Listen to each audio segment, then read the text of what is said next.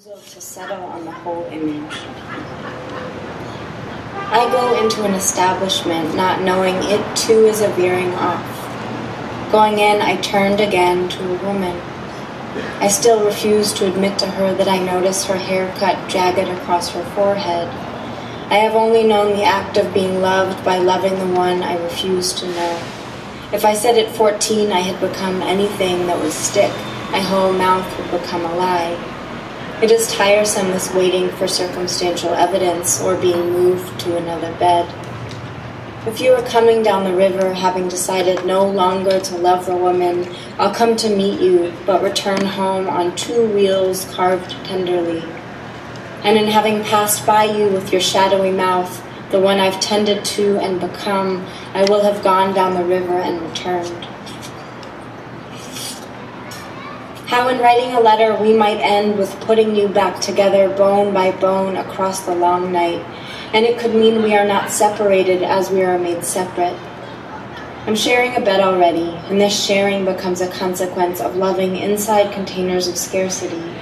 How this is like the process of naming a country as itself, and how that delineates who is and is not us. We cannot think of anything that is not something without thinking of the original something, not us in reference to us. She cried in front of the room while reading a love letter, and she was different when the others would not raise their eyes to cross the boundary, not us, not of the same deserving matter. After 16 years, the recipient of the letter is sent to Arizona, where another waiting period begins, this time under a jurisdiction of extraction. Not a single family member left across the fence, but at least across the fence is not a cage above a salty sea, right? I think we are trying to think about why we so deeply need to be a singular thing, and where we were taught that this was any more necessary than anything else.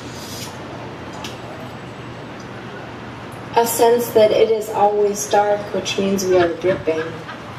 Last time I saw her, she was moss untouched, and reaching an arm upward, I knew I should be doing something else, at least sleeping.